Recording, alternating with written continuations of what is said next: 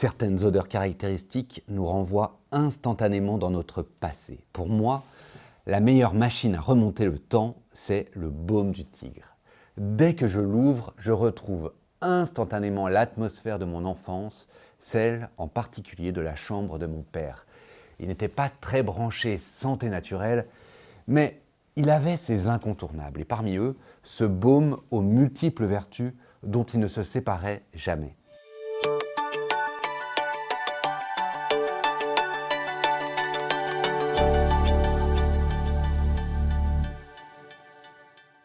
Les bienfaits du baume du tigre étaient pour lui une évidence. Il l'utilisait contre les courbatures, les crises d'arthrose, les migraines ou encore les bronchites. Depuis, j'ai toujours un petit pot de baume du tigre dans mes placards. La recette originale du baume du tigre fut mise au point par les guérisseurs chinois pour soulager les douleurs et les courbatures des empereurs.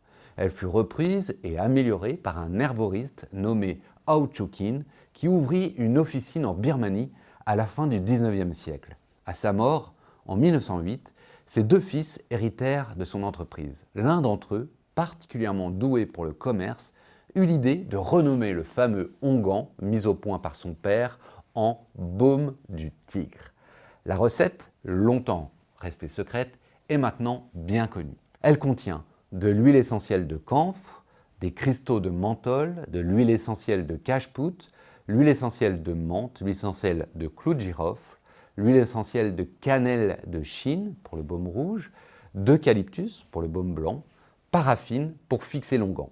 Attention, si vous voulez profiter des bienfaits du baume du tigre, vous devez essayer de dénicher la recette originale.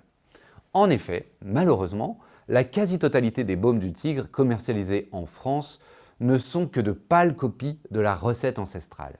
Elles proviennent souvent de Thaïlande ou du Maghreb, dont les formules sont bien différentes. Ces produits sont moins chers, bien sûr, mais probablement aussi moins efficaces. Faites confiance à l'original pour vous en procurer. Vous pouvez aussi vous trouver un baume assez proche de l'original, un baume made in France. Pour des raisons juridiques, ce baume ne porte pas le nom baume du tigre. En revanche, il lui est assez fidèle. Vous pouvez compter sur la qualité des ingrédients utilisés. Ils sont d'ailleurs 100% naturels et essentiellement bio. Que vous choisissiez la version asiatique ou française, vous aurez le choix entre le baume rouge d'une part ou le baume blanc. Leurs effets sont différents, alors surtout, ne vous trompez pas. Le baume du tigre rouge est le plus connu. Je le qualifie de baume des sportifs parce qu'il est antalgique, ça veut dire qu'il soulage la sensation de douleur, il est anti-inflammatoire, il réchauffe et il tonifie à la fois. En cas de mal de dos, c'est vers lui que vous pouvez vous tourner. Il s'applique largement sur les zones endolories ainsi que sur les articulations. Il est particulièrement efficace pour chasser les douleurs d'épaule comme les tendinopathies, le tennis elbow ou les capsulites. Vous pouvez l'appliquer aussi bien avant un effort pour préparer les muscles qu'après pour mieux récupérer. Une autre utilisation moins connue mérite aussi votre attention. Le baume du tigre rouge est excellent pour ceux ou celles qui ont les pieds gelés l'hiver. Certaines sources indiquent qu'il stimule la vascularisation. Il ferait donc circuler le sang non seulement au niveau des pieds mais aussi dans tout l'organisme. Le baume du tigre blanc contient quant à lui moins de menthol et de clou de girofle. Généralement, on ne retrouve pas les huiles essentielles de cajeput et de cannelle qui sont propres au baume rouge. En revanche, lui seul contient de l'huile essentielle d'eucalyptus.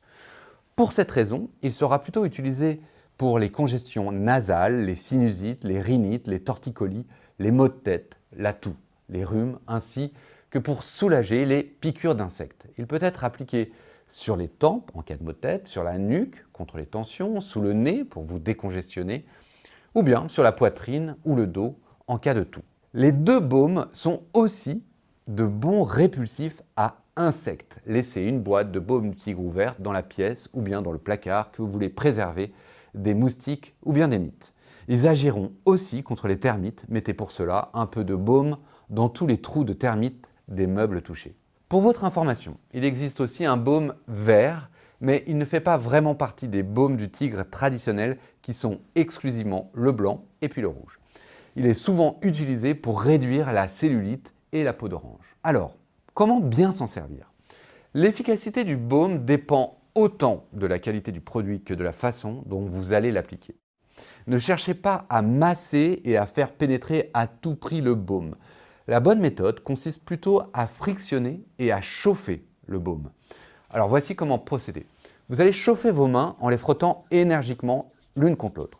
Vous allez prendre une petite noisette de baume, vous allez frictionner très vite la partie du corps que vous souhaitez traiter. Dès que vous sentez la chaleur, arrêtez la friction. Lavez-vous soigneusement les mains après application et n'utilisez jamais le baume sur les yeux ou bien sur les muqueuses. Certains prétendent que le baume du tigre pourrait être dangereux. C'est faux. Le baume du tigre n'est pas dangereux à condition évidemment de l'utiliser correctement. Sinon, il ne serait pas commercialisé. Pour éviter tout risque, il convient d'ailleurs de respecter strictement quelques règles simples. En raison de la présence d'huiles essentielles et de camphre, le baume du tigre est contre-indiqué aux enfants de moins de 10 ans, aux femmes enceintes ou aux femmes allaitantes. Ne l'appliquez pas sur une peau qui serait blessée ou qui serait vraiment irritée ou sur des zones sensibles comme le contour de l'œil ou les muqueuses. Il est d'ailleurs strictement réservé en application externe, donc sur la peau. Ne jamais en absorber. Ne pas associer le baume du tigre à un traitement homéopathique car le camphre annule les effets de l'homéopathie.